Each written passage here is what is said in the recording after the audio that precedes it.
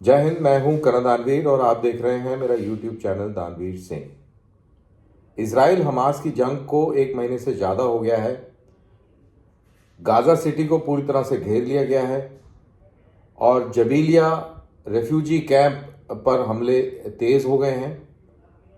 काफ़ी भारी तादाद में सिविलियन कैजुअल्टी हुई है। तकरीबन 10,000 से ज़्यादा सिविलियन पैलेस्टीनियन मारे गए हैं। बहुत सारे बच्चे मारे गए हैं और बहुत ही बड़ी त्रासदी उभर कर आई है और आम आदमी इस पूरी जंग में पूरी तरह पिसा और बर्बाद हो चुका है।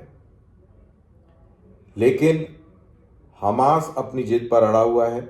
इजराइल की डिमांड है कि जितने भी बंधक हैं उनको रिहा कर दिया जाए, जंग एकदम से रुक जाएगी। लेकिन हमास ऐसा करने से इनकार कर रहा है और अमेरिका और हमास के बीच में किसी ना किसी तरीके के किसी सेटलमेंट की ओर बड़ी जोर शोर से कार्रवाई कतर में चल रही है। कतर के माध्यम से ये नेगोशिएशंस चल रहे हैं। वहीं एक छोटे संगठन ने, पैलेस्टीनियन जिहाद करके कोई संगठन है, उसने भी एक प्रोपेगेंडा वीडियो जारी किया है। एक और दुखद बात यह है कि इस लड़ाई में जब लड़ाई होती है, बमबारी हो रही होती है, तो कुछ पता नहीं चलता फॉग ऑफ वॉर क्या चीज़ क्या है और टारगेट हो जाती हैं चीज़ें। एक चर्च टारगेट हुआ है ग्रीक ऑर्थोडॉक्स का और खबर छपी है कि ग्रीक ऑर्थोडॉक्स कम्युनिटी जो है यहाँ पर, उसके अस्तित्व पर सवाल खड़ा हो गया है। जो भी कुछ बचे हैं, बहुत कम बचे हैं, और उसमें भी अभी कितने इस चर्च के हमले में ख़त्म हो गए हैं इसका भी कोई अता पता नहीं है। लेकिन ये तो रही अभी हाल फिलहाल की लेटेस्ट सिचुएशन। उधर बात अब मीडिया की करते हैं इसके अंदर कि इसमें मीडिया क्या रोल अदा कर रहा है। बहुत ही इंटरेस्टिंग डेवलपमेंट हुआ है पिछले 24 घंटे के दौरान, और वो ये हुआ है कि एक शख्स हैं जिनका नाम हसन असलीहा है, असलाही कैसे, I don't know how to pronounce. ये तो हसन एक फ्रीलांस फोटोग्राफर हैं और ये CNN के साथ में, एसोसिएट प्रेस के साथ में और न्यूयॉर्क टाइम्स के साथ में as a freelancer photo journalist के तौर पर काम कर रहे थे। अब इजरायली प्रेस ने कुछ फैक्ट चेक किया और उस फैक्ट चेक में पाया कि ये हसन जैसे हसन है, हसन और इसके साथी और भी होंगे कोई, तो हसन जो है ये हमास के जो हमले हुए थे शुरुआत में बॉर्डर क्रॉसिंग साथ में, वहाँ पे मौजूद था। उसने बाकायदा फोटो और वीडियो दुनिया के सामने पेश किए। तो सवाल ये पैदा हुआ जो उठा है इजराइल की तरफ से कि क्या ये हसन एम्बेडेड जर्नलिस्ट था।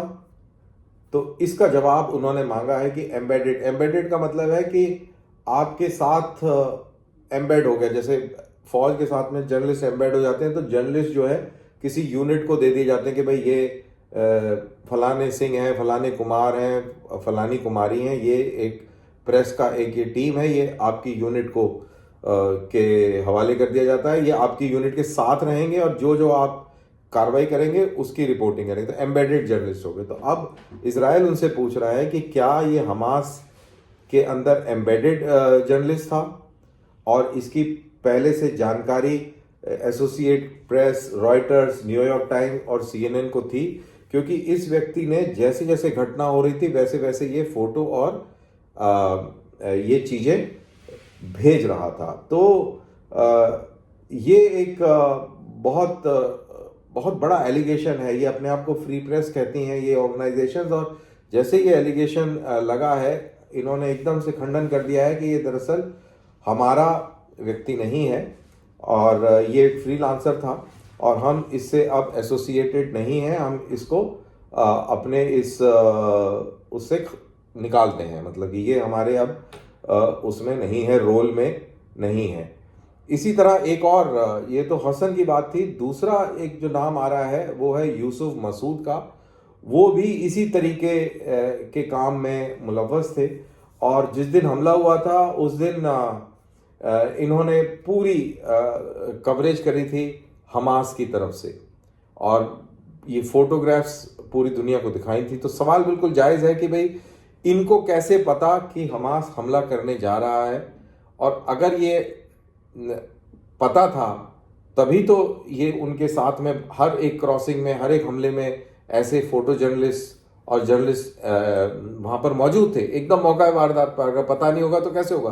तो यानी कि अगर ये एसोसिएट प्रेस, रॉयटर्स, CNN इन सब के साथ पेरोल पर थे, यानी कि इनको भी पता था।